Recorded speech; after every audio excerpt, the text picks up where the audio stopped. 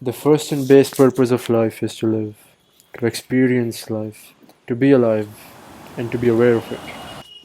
To live your life with complete awareness of its existence and of your experience of it. Thought is antithetical to that. As the classic Christian tale of origin goes, God made us in His image, perfect creatures in His Garden of Eden. But we brought ruin upon ourselves by eating the forbidden fruit from the tree of knowledge.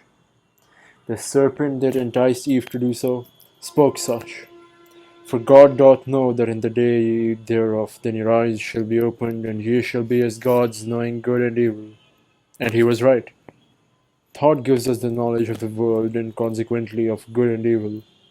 However, the serpent lied in that we did not become as gods, for death is still in our destiny.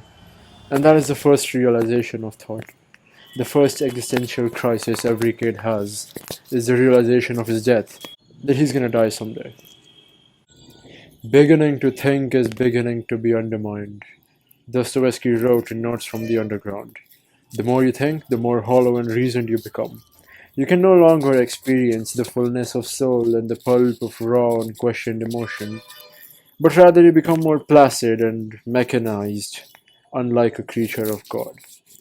To not think is to experience life fully and completely, without the nagging intellectual conflicts and thoughts holding you back or making you doubt or ponder or question. To think is to drop farther from the Garden of Eden, the tree of knowledge that was the bane of the first man Adam and woman Eve, since the fruit of wisdom made them lesser beings, lesser in their capability to enjoy the creation of life. And from what height fallen? From the first sin of mankind being the obtainment of knowledge to the only sin now being the lack of it, as was famously declared in the Jew of Malta. And hold there no sin but ignorance. To live is to be one with life and lose yourself within it, having no place for any distracting thoughts. As we go on about our daily lives, we live while doing other things. We live while studying, we live while going to college, we live while doing our jobs. We almost never just live. Everything we think and do just lets us not feel the living part enough. It corrupts the feeling of life. Doing two things at once just lets you not experience either fully, and so you pollute your experience of life by not living it solely. This is why people drink or get high. Do not think. It shuts down our complex thought processes and lets us simply live. It gives us a certain unity with existence with no time for thought. Thoughts are the root of all evil and good, or rather the subjective classification of it. There is no good or evil in life if you just live, but the moment you start thinking, you start differentiating between good and evil. To simply live is to be beyond good and evil. But you can't do that forever practically. It sounds good as an idea, but we need to do all the other things to live in the world. So the goal should be to maximize that. The time you can spend not thinking and living. The tasks you do, like college or job or making money, should not be done to the excess of it not letting you live. When you think of something, it results in a subjective view of it, which over time develops into beliefs. To think and believe in what you think is to construct a castle of glass around you through which you view the world. Everything outside is distorted by the glass walls around you to fit into how you want to see it.